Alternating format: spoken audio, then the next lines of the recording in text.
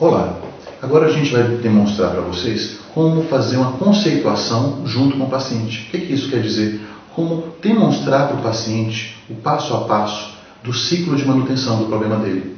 O que isso quer dizer? Como a maneira como ele vem agindo, e como ele vem pensando, vem produzindo situações que alimentam o ciclo do problema dele. A gente vai fazer uma paciente fictícia que vem tendo crises de pânico.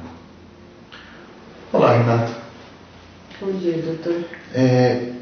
Você tinha falado para mim pelo telefone, né, que você quis antecipar essa consulta porque você estava extremamente ansiosa e que você vem tendo mais crises de pânico essa semana.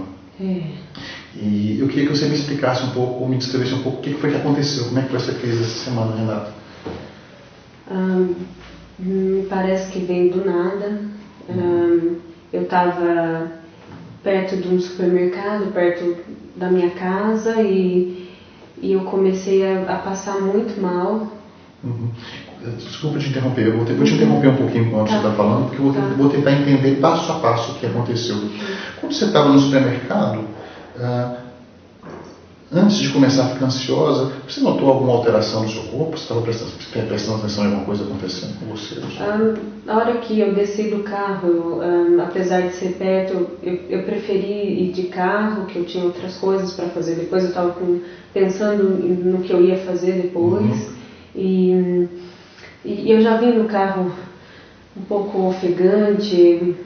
Eu já estava com uma sensação estranha. A hora que eu desci do carro, eu já estava... Tinha alguma coisa te preocupando?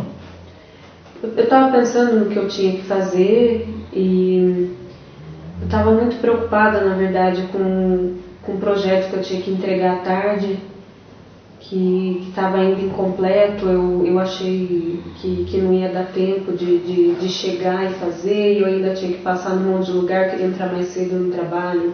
Eu estava bastante preocupada. E como é que essa ansiedade se manifestou no seu corpo? Eu fui ficando cada vez mais ofegante. Sensação de falta de ar. Percebi que estava fechando. Aqui parece que eu não estava conseguindo respirar direito. Parecia que meu peito estava apertado. Eu sempre tenho também muita... Parece que meu coração vai sair para a boca, de tanto que ele bate. E me senti muita tontura também, que é uma coisa que me dá bastante. Então, veio muito forte, veio muito incômodo. Você se lembra qual foi o momento em que você começou a ficar desesperada? Eu lembro que isso começou a aumentar e eu não parava de pensar no que eu tinha que fazer. E eu fiquei desesperada porque eu falei, eu vou desmaiar aqui, alguma coisa vai acontecer comigo aqui, não tinha ninguém conhecido por perto para me socorrer. Eu falei, o que eu vou fazer se eu cair aqui no estacionamento do supermercado, né? Começou com sintoma de falta de ar, de ficar ofegante, e depois vieram outros sintomas físicos. Isso. Do tipo tontura, sensação de desmaio. Isso. E aí tinham vários pensamentos assim, se eu desmaiar aqui, se alguma coisa grave acontecer comigo, se eu ficar aqui sozinho. Eu fiquei com muito medo. Ok. E aí como é que você reagiu nessa situação? Bom, não tinha ninguém por perto que eu conhecesse. Como das outras vezes eu acabava chamando alguém.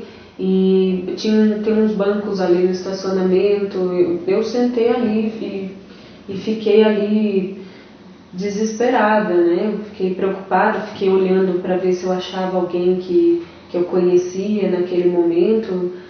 Fiquei ali sentada. E nesse momento que você estava sentada, e isso tudo estava acontecendo, onde é que você estava botando sua atenção? Onde é que você estava focando sua atenção? Bom, como da outra vez eu também estava desse jeito e depois foi ficando pior, eu fiquei achando que ia ficar pior, fiquei prestando atenção, eu falei, será que esses sintomas... Você ficou meio que monitorando os sintomas do corpo? Sim. Você ficava prestando atenção em cada alteração que estava acontecendo no seu corpo? Sim, principalmente a tontura, que estava me deixando muito mal, essa coisa de não conseguir respirar, isso foi me deixando bem preocupada. E cada vez que você prestava atenção e você percebia que um outro sintoma físico acontecia, o que acontecia com a sua ansiedade? Eu fui ficando muito desesperada, fui ficando muito ansiosa. E aí, quando você ficava ansiosa, os sintomas físicos parecia que aumentavam mais ainda? Eles aumentavam. E aí você ficou com medo. O que você achava que de pior podia acontecer ali? Eu realmente achava que eu ia capotar ali. Você ia desmaiar e perder o sentido? Eu ia desmaiar, perder os sentidos e ninguém ia me socorrer. Entendi. E aí você estava com medo de morrer, então? Eu sempre fico com muito medo de morrer, porque se eu não respirasse, se meu coração daquele jeito, eu sempre fico muito preocupada. E como é que você fez para sair dessa situação? Bom, eu vi que ninguém ia me socorrer, né? Eu fiquei ali sentada um tempão, e até que uma pessoa percebeu, né? Uma pessoa lá do supermercado me conhece de vista, né? Sentou ali, foi conversando comigo. Eu acho que ela realmente percebeu que eu não estava bem. A gente foi conversando, eu fui me abrindo com ela, fui falando o que eu estava sentindo.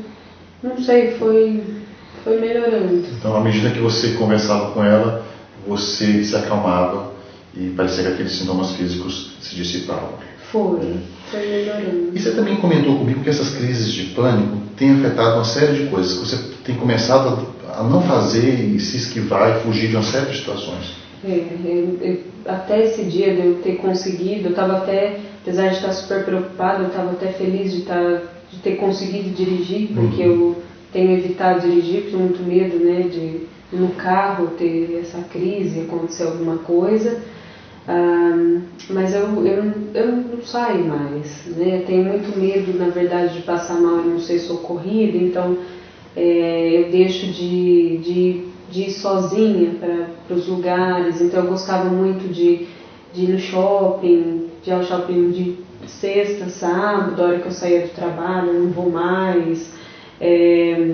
Minha amiga me convidou para ir num show domingo, eu não tive coragem, né? Eu falei, se eu passo mal, se acontece alguma coisa. Então eu percebo que eu estou muito dependente das pessoas, né? Só sai com pessoas do lado. E com pessoas assim, igual a minha amiga, ela não sabia disso, então ela não ia saber me socorrer. Então só com pessoas que conhecem o que eu estou passando e que vão, eu tenho certeza que vão me socorrer. O que eu queria fazer agora era compartilhar um pouco um modelo cognitivo do pânico. E eu queria avaliar com você o quanto isso pode se aplicar ou não ao seu caso. Tudo bem? Pode ser. Como é que a gente vê essas crises de pânico? A gente pensa primeiro em pessoas que são muito sensíveis aos sintomas físicos de ansiedade, que ficam quase que monitorando alterações no corpo o tempo todo. Você já se percebeu fazendo isso, assim, meio que prestando atenção em qualquer coisa diferente que acontece no seu corpo? O tempo todo. Agora mesmo estou um pouco ofegante e eu estou com medo disso ficar pior. E aí, eu não sei se você sabe que a ansiedade traz um desconforto emocional, né, a preocupação, e tem muitos sintomas físicos. Né? A gente tem mais de 11, 12 sintomas físicos de ansiedade. Né? Então, uma pessoa ansiosa pode sentir falta de ar, taquicardia ou palpitação, onda de frio, onda de calor, nó na garganta, náusea, sensação de desfalecimento. Tem gente que se sente estranho no próprio corpo. São todos sintomas físicos de ansiedade. Né? Você já percebeu o que a ansiedade faz no seu corpo? Sim, esse dia mesmo eu senti bastante coisa disso. Então, as pessoas que têm pânico muitas vezes têm uma sensibilidade exagerada aos sintomas físicos, elas prestam muita atenção aos sintomas físicos e muitas vezes elas interpretam esses sintomas físicos de maneira catastrófica. Né? Pelo que você me falou, assim, você já estava ansiosa, né, porque você estava preocupada com o que você tinha que entregar. A ansiedade em você, como em várias pessoas, traz sintomas de falta de ar, de respiração curta. E aí você foca a sua atenção nisso e começa a ter um monte de pensamentos. E se eu passar mal? E se eu ficar aqui sozinha, alguma coisa muito grave acontecer comigo? Sim. Né? Então, a junção dessa atenção focada nos sintomas físicos, junto com esses pensamentos catastróficos, fazem com que a ansiedade... O que acontece com a ansiedade? Aumenta muito. E junto com a ansiedade, o que acontece com os sintomas físicos? Eles ficam maiores também, mais intensos, né? E o que acontece? Por que o pânico continua?